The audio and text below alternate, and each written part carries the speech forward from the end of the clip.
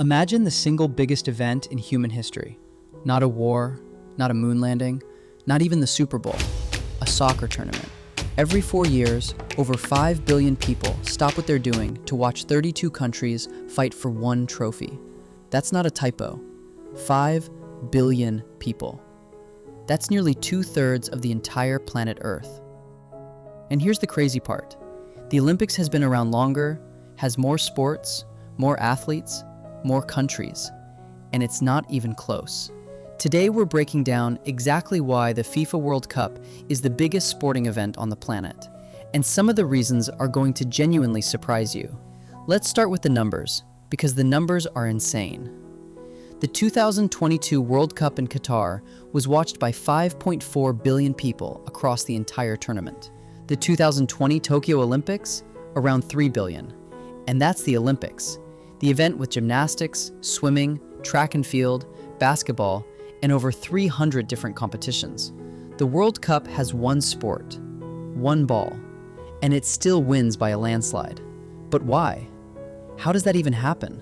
Here's the first reason. Football, or soccer if you're American, is the only truly global sport. Every single country on Earth plays it. Rich countries, poor countries, countries with no electricity, countries with no infrastructure. All you need is a ball and some open space. That's it. Basketball is huge, but mostly in America. Cricket is massive, but really only in South Asia and parts of Africa.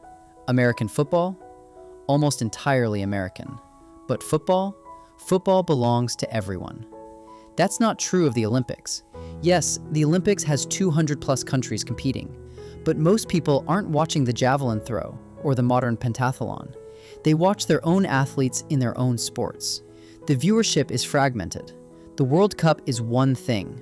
Everyone watching the same games, at the same time, together. And that shared experience is everything. Think about it like this. Imagine if every country in the world had one TV show they all watched simultaneously.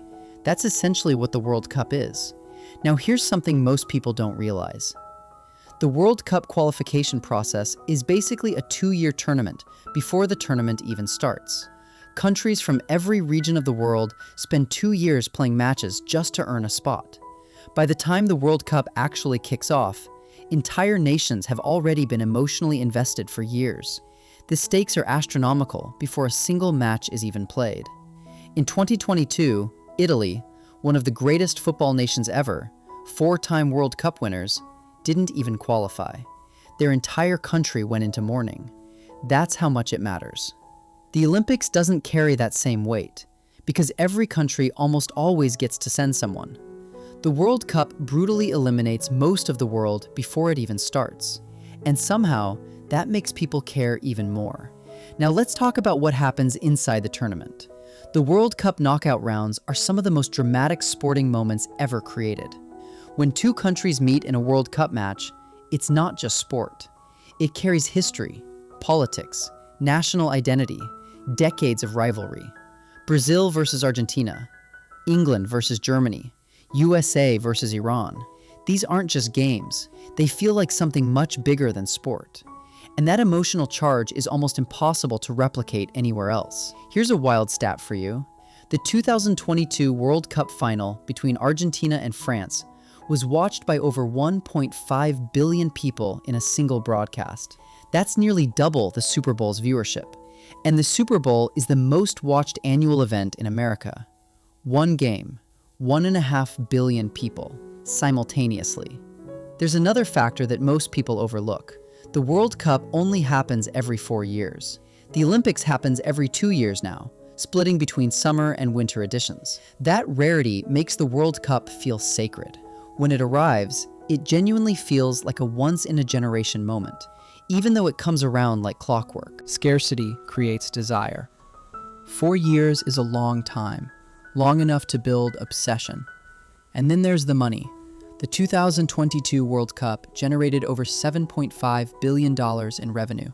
Club football, the weekly domestic leagues, generates billions more because the World Cup makes new fans. Fans who then start watching their local leagues, buying jerseys, following players. The World Cup doesn't just create viewership, it creates lifelong football fans. The Olympics creates Olympic fans, who mostly disappear until the next Olympics. So here's the bottom line. The World Cup wins because football is universal in a way no other sport is. It wins because the qualification drama builds for years before the tournament starts. It wins because the matches carry weight that goes beyond sport. It wins because it's rare. And it wins because nothing on earth brings 5 billion people to the same moment at the same time. The Olympics is incredible. Don't get it wrong. But the World Cup is something else entirely. It might genuinely be the most unifying event in human history. If that surprised you even a little, you'll love what's coming next on this channel. Subscribe and stick around, because we're just getting